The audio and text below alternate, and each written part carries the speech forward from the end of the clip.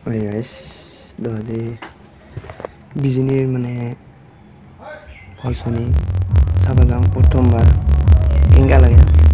video पूरा स्पष्ट होगा पूरा संपूर्ण दे दुखो से सावरे